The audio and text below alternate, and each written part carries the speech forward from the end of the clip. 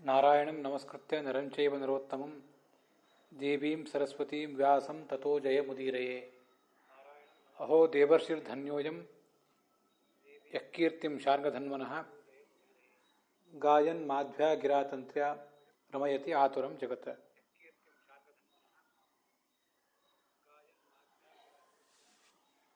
ನಾರದಸ್ಯ ಕಥಾಯ ಪ್ರಥಮೇ ಸ್ಕಂಧೆ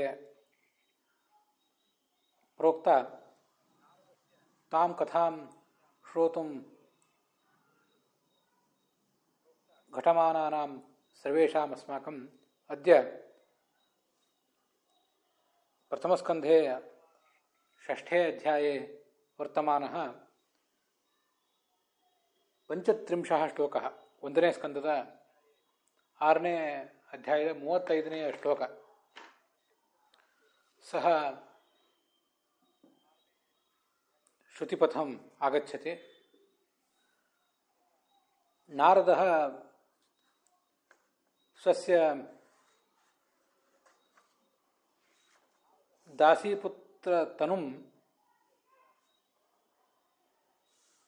ಜಹೌ ಅಪಿ ಚ ಪ್ರಳಯೇ ಸಂಪದ್ಯಮಾನೆ ಸತಿ ಪರಮಾತ್ಮನಃ ಉದರಂ ಪ್ರವಿವೇಶ. ಪುನಶ್ಚ ಯದಾ ವಿಷ್ಣುಃ ಚತುರ್ಮುಖಸ್ಯ ದ್ವಾರ ಯದಾ ಜಗದಿದಂ ಸಸರ್ಜ ತದಾ ಪುನಃ ಅಯಮೇವ ನಾರದಃ ಚತುರ್ಮುಖಸ್ಯ ಉತ್ಸಂಗಾತ್ ಜಜ್ಞೆ. ತೇನ ಸಾಕಮೇವ ಮರೀಚ್ಯತ್ರ್ಯಂಗಿರಸಃ ಪುಲಸ್ತ್ಯಃ ಪುಲಃ ಕ್ರತುಃ ಕ್ರತುರು ಭೃಗುರು ವಸಿಷ್ಠೋ ದಕ್ಷಶ್ಚ ಅಪಿ ಜಜ್ಞಿರೆ.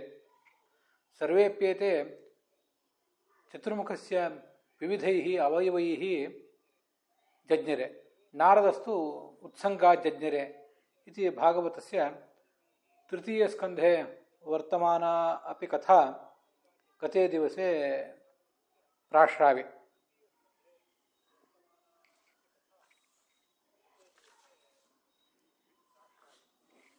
ಅಂತರ್ಬಹಿಶ್ಚ ಲೋಕಾನ್ ಸ್ತ್ರೀನ್ ಪರ್ಯೇಮಿ ಅಸ್ಕಂದಿತವ್ರತಃ ಅನುಗ್ರಹಾನ್ ಮಹಾವಿಷ್ಣೋಃ ಅವಿಘಾತಗತಿಃ ಕ್ವಚಿತ್ ಇತಿ ಅಯಂ ಶ್ಲೋಕಃ ಅದ್ಯ ವ್ಯಾಖ್ಯಾಸ್ಯತೆ. ಮಹಾವಿಷ್ಣೋಃ ಅನುಗ್ರಹೇಣ ಅಹಂ ಇಮಾಂ ದೇವದತ್ತ ನಾಮ್ನೀಂ ವೀಣಾಂ ವಾದಯನ್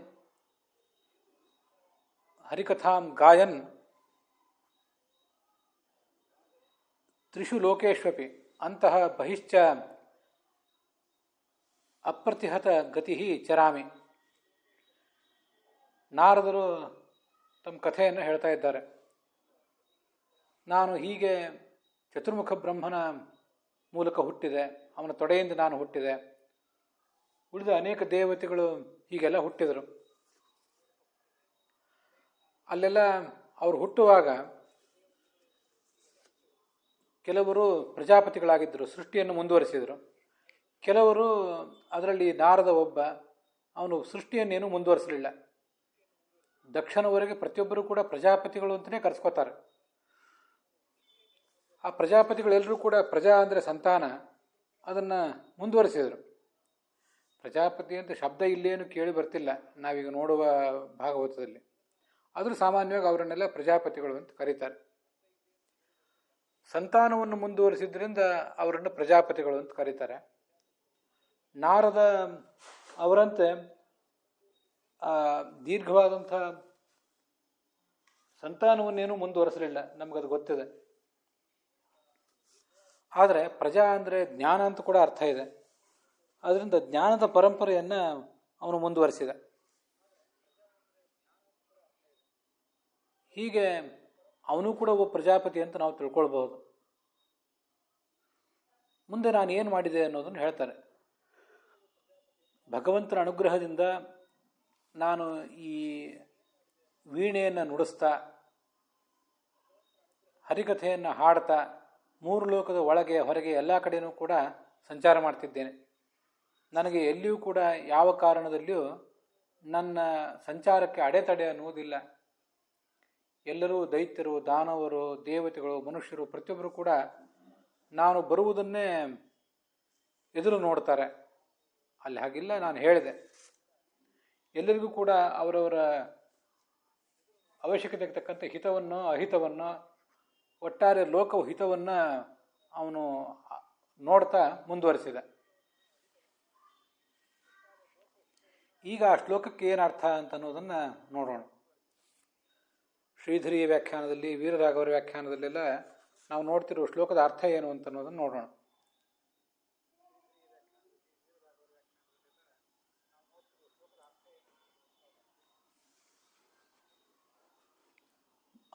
ಮಹಾವಿಷ್ಣು ಅನುಗ್ರಹಾತ್, ಭಗವಂತನ ಅನುಗ್ರಹದಿಂದ ಅಸ್ಕಂದಿತ ವ್ರತಃ ಅಂದರೆ ಅಖಂಡಿತ ಬ್ರಹ್ಮಚರ್ಯವಾನ್, ಬ್ರಹ್ಮಚರ್ಯವನ್ನು ನಾನು ಪಾಲಿಸ್ತಾ ಇದ್ದೆ. ಜಗತ್ತಿನ ಒಳಗೆ ಹೊರಗೆ ಎಲ್ಲ ಕಡೆಯೂ ಕೂಡ ಸಂಚಾರ ಮಾಡ್ತೇನೆ. ಅಲ್ಲಿ ಶ್ರೀಧರರು ಒಂದು ಅರ್ಥ ಬರೀತಾರೆ, ಯೇ ಕರ್ಮಿಣಃ ತೇ ಬಹಿರ್ನಯಾಂತಿ, ಯೇ ಚ ತಪ ಆದಿಭಿ ಬ್ರಹ್ಮಲೋಕಂ ಗತಾಃ ತೇ ತು ಅಂತರ್ನಯಾಂತಿ. ಈ ಕರ್ಮವನ್ನು ಯಾರು ಮಾಡ್ತಿದ್ದಾರೆ, ಕರ್ಮವನ್ನು ಮಾಡುವವರಿಗೆ ಈ ಹೊರಗಡೆ ಸಂಚಾರ ಇರೋದಿಲ್ಲ. ಬ್ರಹ್ಮಾಂಡದ ಹೊರಗೆ, ಮೂರು ಲೋಕದ ಹೊರಗೆ. ಇನ್ನು ತಪಸ್ಸು ಮೊದಲಾದವುಗಳನ್ನು ಆಚರಣೆ ಮಾಡಿ ಯಾರು ಬ್ರಹ್ಮಲೋಕಕ್ಕೆ ಬಂದಿದ್ದಾರೆ ಅವರು ಒಳಗೆ ಹೋಗೋದಿಲ್ಲ. ಅವರು ಹಾಗೊಂದು ಅರ್ಥ ಬರೆದಿದ್ದಾರೆ ಅಷ್ಟೇ, ಅದೇನೋ ಅರ್ಥ ನಾವು ತಗೊಳ್ಳೇಬೇಕಂತಿಲ್ಲ, ಅವ್ರು ಬರೆದದ್ದನ್ನು ಹೇಳಿದೆ ಅಷ್ಟೆ. ಆದರೆ ನಾನು ಮಾತ್ರ ಭಗವಂತನ ಅನುಗ್ರಹದಿಂದ ಒಳಗೂ ಹೊರಗೂ ಎಲ್ಲ ಕಡೆಯೂ ಸಂಚಾರ ಮಾಡುವ ಶಕ್ತಿ ನನಗಿದೆ. ಅಂಥ ಶಕ್ತಿಯನ್ನು ಪಡ್ಕೊಂಡಿದ್ದೇನೆ. ನನ್ನ ಗತಿಗೆ ಯಾರೂ ಕೂಡ ಯಾವ ಕಾಲಕ್ಕೂ ಯಾವ ಅಡೆತೊಡೆಯನ್ನು ಕೂಡ ತರುವಂತಿಲ್ಲ. ಇದು ಶ್ರೀಧರಿಯ ವ್ಯಾಖ್ಯಾನದಲ್ಲಿ ಬರುವಂಥ ಅರ್ಥ. ವೀರರಾಘವರ ಅರ್ಥದಲ್ಲಿ, ವ್ಯಾಖ್ಯಾನದಲ್ಲಿ ಇನ್ನು ಹೆಚ್ಚಿನ ವಿಶೇಷ ಏನೂ ಇಲ್ಲ. ಅಖಂಡಿತ ಬ್ರಹ್ಮಚರ್ಯ ಮೊದಲಾದ ವ್ರತವುಳ್ಳವನು, ಅಖಂಡಿತಂ ವ್ರತಂ ಬ್ರಹ್ಮಚರ್ಯಂ ಅಂತ ಹೀಗಿದೆ. ಮೂರು ಲೋಕದ ಒಳ ಹೊರಗೆ ಅನ್ನೋದಕ್ಕೆ ಅವರು ವಿಶೇಷ ಅರ್ಥವನ್ನೇನು ಬರೆದಿಲ್ಲ ಶ್ರೀಧರರು, ವೀರರಾಘವರು. ಇನ್ನು ರಾಧಾಕೃಷ್ಣರ ವ್ಯಾಖ್ಯಾನದಲ್ಲಿ ಏನಿದೆ ಅಂತ ಅನ್ನೋದನ್ನು ನೋಡ್ಬೇಕು ನಾವು. ಅವರು ಕೂಡ ಶ್ರೀಧರ ಸ್ವಾಮಿಗಳ ಅರ್ಥವನ್ನೇ ಅನುಸರಿಸುವುದರಿಂದ ಅಖಂಡಿತ ಬ್ರಹ್ಮಚರ್ಯ ವ್ರತಸ್ಸನ್ ಇಷ್ಟ ಅರ್ಥ ಹೇಳ್ತಾರೆ. ಇನ್ನು ಮುಂದೆ ನಾವು ನೋಡಬೇಕಾದದ್ದು ವಿಜಯಧ್ವಜ ಸ್ವಾಮಿಗಳ ಮತ್ತು ಯಾದವಾರ್ಯರ ಅರ್ಥ. ವಿಷ್ಣುನಾಮ್ನಃ ಯಜಮಾನಾದಪಿ ಮಹತೋ ವಿಷ್ಣೋ, ಈ ಅನುಗ್ರಹಾನ್ ಮಹಾವಿಷ್ಣು ಅಂತ ಬಂದಿದೆ. ಮಹಾವಿಷ್ಣುವಿನ ಅನುಗ್ರಹದಿಂದ ಅಂತ ಬಂತು. ಅದೇನು ಮಹಾವಿಷ್ಣು ಅಂದರೆ ಏನು ಅರ್ಥ? ಎಲ್ಲರಿಗಿಂತಲೂ ದೊಡ್ಡವನು ಅಂತ ಅದರ ಅರ್ಥವನ್ನು ಮುಂದೆ ಹೇಳ್ತೇನೆ. ಅಪ್ರತಿಹತ ಗಮನ, ಅಸ್ಖಲಿತ, ನನ್ನ ಗಮನಕ್ಕೇನು ತಡೆ ಇರಲಿಲ್ಲ. ಹಾಗೆ ಅಖಂಡಿತವಾದ ಬ್ರಹ್ಮಚರ್ಯವುಳ್ಳವನು, ಮೂರು ಲೋಕದ ಒಳ ಹೊರಗೂ ಕೂಡ ನಾನು ಸಂಚಾರ ಮಾಡ್ತೇನೆ. ಯೇ ಕರ್ಮಿಣಃ ತೇ ತ್ರಿಲೋಕ್ಯಾಃ ಬಹಿಃ ನ ಯಾಂತಿ. ಯಾದವಾರ್ಯರು ಕೂಡ ಶ್ರೀಧರ ಸ್ವಾಮಿಗಳು ಹೇಳಿದಂಥ ಒಂದು ವಿಷಯವನ್ನು ವರ್ಣಿಸ್ತಾರೆ. ಯಾರು ಕರ್ಮಿಗಳಿದ್ದಾರೆ, ಕರ್ಮಾಚರಣೆಯನ್ನು ಮಾಡ್ತಾರೆ, ಕೇವಲ ಕರ್ಮಾಚರಣೆದಲ್ಲೇ ಹೆಚ್ಚಿನ ಆಸಕ್ತಿಯನ್ನು ಹೊಂದಿರ್ತಾರೆ, ಅವರಿಗೆ ಮೂರು ಲೋಕದ ಹೊರಗೆ ಹೋಗುವಂಥ ಶಕ್ತಿ ಇರೋದಿಲ್ಲ. ತ್ರಿಲೋಕ್ಯ ಬಹಿರ್ನ ಯಾಂತಿ, ಶ್ರೀಧರ ಸ್ವಾಮಿಗಳು ಹೇಳಿದ್ದನ್ನು ಯಾದವಾರ್ಯರು ಹೇಳ್ತಾರೆ. ಇನ್ನು ಮುಂದೆ ಶ್ರೀಧರ ಸ್ವಾಮಿಗಳು ಹೇಳಿದಂಥ ಇನ್ನೊಂದು ಅಂಶ ಇದೆಯಲ್ಲ, ತಪಸ್ಸುಗಳ ಮೂಲಕ ತಪಸ್ಸು ಮೊದಲಾದವುಗಳನ್ನು ಮಾಡಿ ಯಾರು ಬ್ರಹ್ಮಲೋಕಕ್ಕೆ ಹೋಗಿದ್ದಾರೆ ಅವರು ಒಳಗೆ ಹೋಗ್ಲಿಕ್ಕೆ ಆಗೋದಿಲ್ಲ ಅವರಿಗೆ ಅಂತ. ಆ ಒಂದು ಅಂಶವನ್ನು ತಗೊಂಡಿಲ್ಲ ಯಾದವಾರ್ಯರು. ಆ ದೃಷ್ಟಿಯಿಂದ ಯಾದವಾರ್ಯರ ಅರ್ಥ ನಮಗೆ ಹೆಚ್ಚು ಸೂಕ್ತವಾಗಿ ಕಾಣಿಸ್ತದೆ. ಈ ಬ್ರಹ್ಮಸೂತ್ರ ಭಾಷ್ಯದಲ್ಲೂ ಕೂಡ ಭಗವಂತನ ಮೂರು ರೀತಿಯಾದಂಥ ಅನುಗ್ರಹವನ್ನು ವರ್ಣನೆ ಮಾಡ್ತಾರೆ. ಕರ್ಮಣ ತ್ವಧಮ ಪ್ರೋಕ್ತಃ ಪ್ರಸಾದ ಶ್ರವಣಾದಿಭಿ ಮಧ್ಯಮೋ ಜ್ಞಾನ ಸಂಪತ್ಯ ಪ್ರಸಾದಸ್ತು ಉತ್ತಮೋ ಮತಃ ಅಂತ. ಈ ಭಗವಂತನ ಅನುಗ್ರಹ ಅಂತ ಅನ್ನೋದಿದೆಯಲ್ಲ, ಅದು ಒಟ್ಟಾರೆ 3 ಥರದ ಅನುಗ್ರಹ ಅಂತ. ಒಂದು 3ನೇ ದರ್ಜೆ ಅನುಗ್ರಹ, 2ನೇ ದರ್ಜೆ ಅನುಗ್ರಹ ಮತ್ತು ಪ್ರಥಮ ದರ್ಜೆ ಅನುಗ್ರಹ ಅಂತ ಈ ಥರದ 3 ಥರದ ಅನುಗ್ರಹ ಇರ್ತದೆ.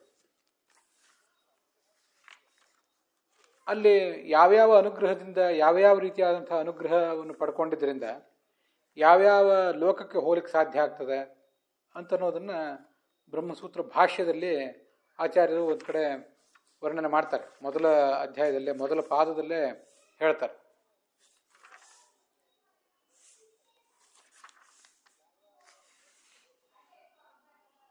ಅಧಿಕಾರಿಗಳನ್ನು ಕೂಡ ಹೇಳ್ತಾರೆ, ಎಷ್ಟೆಷ್ಟು ರೀತಿಯ ಅಧಿಕಾರಿಗಳಿದ್ದಾರೆ ಅಂತ. ಮಧ್ಯಮ ಅಧಿಕಾರಿಗಳು, ಮಂದ ಅಧಿಕಾರಿಗಳು, ಉತ್ತಮ ಅಧಿಕಾರಿಗಳು ಅಂತ ಹೀಗೆಲ್ಲ ಎಲ್ಲರಿಗೂ ಕೂಡ ಭಗವಂತನ ಅನುಗ್ರಹ ಹಾಗೇ ಆಗ್ತದೆ. ಆದರೂ ಈ ಉತ್ತಮ ದರ್ಜೆಯ ಅನುಗ್ರಹವನ್ನು ಯಾರು ಪಡಿತಾರೆ, ಉತ್ತಮರು, ಅವರಿಗೆ ಹೆಚ್ಚು ಸದ್ಗತಿ ಆಗ್ತದೆ. ಪ್ರಸಾದ ತ್ವದಮಾದ್ ವಿಷ್ಣೋ ಸ್ವರ್ಗಲೋಕ ಪ್ರಕೀರ್ತಿತ. ಇದು ನಾರದ ಪುರಾಣದ್ದೇ ಮಾತು, ಸ್ವಾರಸ್ಯ. ಬ್ರಹ್ಮಸೂತ್ರ ಭಾಷ್ಯದಲ್ಲಿ ಮೊದಲನೇ ಅಧ್ಯಾಯದಲ್ಲೇ ಬಂದಿದೆ. ಭಗವಂತನ ಅಧಮ ಪ್ರಸಾದವನ್ನು 3ನೇ ದರ್ಜೆಯ ಅನುಗ್ರಹವನ್ನು ಪಡ್ಕೊಂಡಿದ್ದರಿಂದ ಸ್ವರ್ಗಲೋಕ ಮಾತ್ರ ಸಿಗ್ತದೆ ಅಷ್ಟೆ. ಅಲ್ಲಿ ಯಾಕೆಂದರೆ ಅವರು ಕರ್ಮವನ್ನು ಮಾತ್ರ ಮಾಡಿರ್ತಾರೆ, ಕರ್ಮಾಚರಣೆಯನ್ನು ಮಾತ್ರ ಹೆಚ್ಚು ಮಾಡಿರುವುದರಿಂದ, ಜ್ಞಾನ ಮಾರ್ಗಕ್ಕೆ ಅವರು ಹೆಚ್ಚು ಒತ್ತು ಕೊಟ್ಟಿಲ್ಲದೆ ಇರುವುದರಿಂದ ಸ್ವರ್ಗಲೋಕಕ್ಕೆ ಮಾತ್ರ ಅವರು ಹೋಗ್ತಾರಷ್ಟೆ.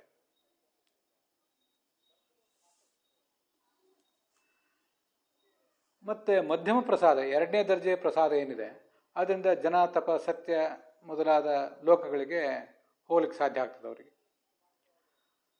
ಮಧ್ಯಮ ಜನಲೋಕಾದಿ ಉತ್ತಮಸ್ತ್ವೇವ ಮುಕ್ತಿದ. ಇನ್ನು ಉತ್ತಮ ಪ್ರಸಾದ ಏನಿದೆ ಅದು ಮಾತ್ರ ಮೋಕ್ಷಕ್ಕೆ ಕಾರಣ. ಅದು ಯಾವುದರಿಂದ ಬರ್ತದೆ? ಕರ್ಮಣಾತು ಅಧಮ ಪ್ರೋಕ್ತ. ಕರ್ಮಾಚರಣೆಯನ್ನು ಮಾಡಿದ್ರಿಂದ 3ನೇ ದರ್ಜೆ ಅನುಗ್ರಹ, ಅದರಿಂದ ಸಿಗುವುದು ಸ್ವರ್ಗ. ಶ್ರವಣಾದಿಗಳನ್ನು ಮಾಡಿದರೆ, ಶ್ರವಣ ಇತ್ಯಾದಿಗಳನ್ನು ಮಾಡಿದೆ, ಅದರಿಂದ ಮಧ್ಯಮ ದರ್ಜೆ ಅನುಗ್ರಹ ಆಗ್ತದೆ. ಅದರಿಂದ ಜನಲೋಕ ಮೊದಲಾದ ಲೋಕಗಳು ಸಿಗ್ತವೆ. ಶ್ರವಣಾದಿಗಳನ್ನು ಮಾಡಿದರೂ ಕೂಡ ವಿಶೇಷ ಜ್ಞಾನ ಸಂಪತ್ತಿಯನ್ನು ಪಡ್ಕೊಳ್ಳದೆ ಹೋದರೆ, ಶ್ರವಣಾದಿಗಳನ್ನು ಯಾವ್ಯಾವುದೋ ರೀತಿಯಲ್ಲಿ ಮಾಡ್ತಾರಷ್ಟೇ ಕೆಲವರು, ಆದರೆ ಅದರಿಂದ ಜ್ಞಾನ ಲಾಭ ಏನು ಬಹಳ ಆಗದೆ ಹೋದರೆ ಆವಾಗ 2ನೇ ದರ್ಜೆ ಅನುಗ್ರಹ. ಜ್ಞಾನ ಸಂಪತ್ಯ ಪ್ರಸಾದಸ್ತು ಉತ್ತಮೋ ಮತಃ. ಶ್ರವಣ ಮನನ ಧ್ಯಾನ ಇತ್ಯಾದಿಗಳನ್ನು ಮಾಡಿ ಜ್ಞಾನ ಸಂಪತ್ತಿಯನ್ನೇ ಪಡೆದರೆ ಅದು ಉತ್ತಮ ಅನುಗ್ರಹ. ಉತ್ತಮಸ್ತೇವ ಮುಕ್ತಿದ. ಉತ್ತಮ ಪ್ರಸಾದ ಏನಿದೆ, ಭಗವಂತನ ಉತ್ತಮ ದರ್ಜೆಯ ಅನುಗ್ರಹ, ಅದೇ ಮುಕ್ತಿಗೆ ಕಾರಣ ಅಂತ ಅಲ್ಲಿ ಬಂದಿರೋದು. ಅಲ್ಲೇ ನಾರದ ಪುರಾಣದಲ್ಲೇ ಮುಂದೆ ಬಂದಿರುವಂಥ ಮಾತು. ಹೇಗೂ ನಾರದರ ಕಥೆಯನ್ನೇ ನೋಡ್ತಾ ಇದ್ದೀವಿ, ಅದರಿಂದ ಅದನ್ನು ಹೇಳಿದೆ. ಶ್ರವಣಂ ಮನನಂ ಚೈವ ಧ್ಯಾನಂ ಭಕ್ತಿಸ್ತಥೈವ ಚ ಸಾಧನಂ ಜ್ಞಾನ ಸಂಪತ್ತೋ ಪ್ರಧಾನಂ ನಾಣ್ಯದಿಶ್ಯತೆ ನಚೈತಾನಿ ವಿನಾ ಕಶ್ಚಿತ್ ಜ್ಞಾನಮಾಪ ಕುತಶ್ಚನ. ಶ್ರವಣ, ಮನನ, ಧ್ಯಾನ ಮತ್ತು ಭಕ್ತಿ ಇವು ಇಲ್ಲದೆ ಯಾವತ್ತೂ ಕೂಡ ಯಾರಿಗೂ ಮೋಕ್ಷ ಸಿಗೋದಿಲ್ಲ. ಜ್ಞಾನ ಸಂಪತ್ತಿಯನ್ನು ಪಡೆಯಲಿಕ್ಕೆ ಇದು ಬಹಳ ಮುಖ್ಯವಾದಂಥ ಸಾಧನ. ಜ್ಞಾನ ಸಂಪತ್ತಿ ಅಂದರೆ ಭಗವಂತನನ್ನು ಕಾಣುವುದು ಅಂತ ಅರ್ಥ. ಶ್ರವಣ ಮಾಡಬೇಕು, ಶಾಸ್ತ್ರಗಳನ್ನು ಗುರುಮುಖದಿಂದ ಮತ್ತು ಸ್ವಯಂ ಶ್ರವಣ ಮಾಡಬೇಕು. ಹಾಗೆ ಅದರ ಯುಕ್ತಾಯುಕ್ತತೆಯ ಕುರಿತಾಗಿ ಮನನ ಮಾಡಬೇಕು. ಮುಂದೆ ಮನಸ್ಸಿನ ಪರದೆಯ ಮೇಲೆ ಅದನ್ನು ಧ್ಯಾನಿಸುವುದನ್ನು ಅಭ್ಯಾಸ ಮಾಡಿಕೊಳ್ಬೇಕು. ಹಾಗೆ ಇದರೆಲ್ಲದರ ಹಿಂದೆ ಭಕ್ತಿ ಇರಬೇಕು. ಇಷ್ಟನ್ನು ಮಾಡಿದರೆ ಭಗವಂತನ ಸಾಕ್ಷಾತ್ಕಾರ ಅದೀತು. ಆದರೆ ಕರ್ಮ ಅನ್ನುವುದು ಪ್ರಧಾನ ಸಾಧನ ಅಲ್ಲ. ಇವುಗಳಿಲ್ಲದೆ ಯಾರಿಗೂ ಕೂಡ ಭಗವಂತನನ್ನು ಕಾಣುವುದು ಸಾಧ್ಯ ಇಲ್ಲ ಅಂತ ಆ ನಾರದ ಪುರಾಣದಲ್ಲಿ ಬರುವಂಥ ಮಾತು. ಅದನ್ನೇ ಪ್ರಾಯ ಯಾದವಾರ್ಯರು ಮತ್ತು ಶ್ರೀಧರ ಸ್ವಾಮಿಗಳು ಕೂಡ ಹೇಳಿದಂತೆ ಕಾಣಿಸ್ತದೆ. ಯಾರು ಕರ್ಮಿಗಳಿದ್ದಾರೆ, ಕರ್ಮಾಚರಣೆಯನ್ನೇ ಬಹುವನ್ನ ಹೆಚ್ಚು ನಂಬಿದ್ದಾರೆ, ಅವರಿಗೆ 3 ಲೋಕದ ಹೊರಗೆ ಹೋಗುವುದು ಸಾಧ್ಯ ಆಗೋದಿಲ್ಲ ಅಂತ ಹೇಳಿದಂತೆ ಕಾಣಿಸ್ತದೆ. ಆಯಿತಾ? ಆದರೆ ನನಗೆ ಮಾತ್ರ ಮಹಾವಿಷ್ಣುವಿನ ಅನುಗ್ರಹದಿಂದ ಎಲ್ಲ ಕಡೆ ಹೋಗುವ ಶಕ್ತಿ ಇದೆ ಅಂತಿಷ್ಟು ವಿಷಯ ಇಲ್ಲಿಗೆ ಬಂತು. ಇನ್ನು ಮುಂದೆ ನಾವು ಮಹಾವಿಷ್ಣು ನಾಮ್ನಃ ಯಜಮಾನಾದಪಿ ಮಹತೋ ವಿಷ್ಣು ಅನ್ನುವುದರ ಅರ್ಥವನ್ನು ನೋಡಬೇಕು.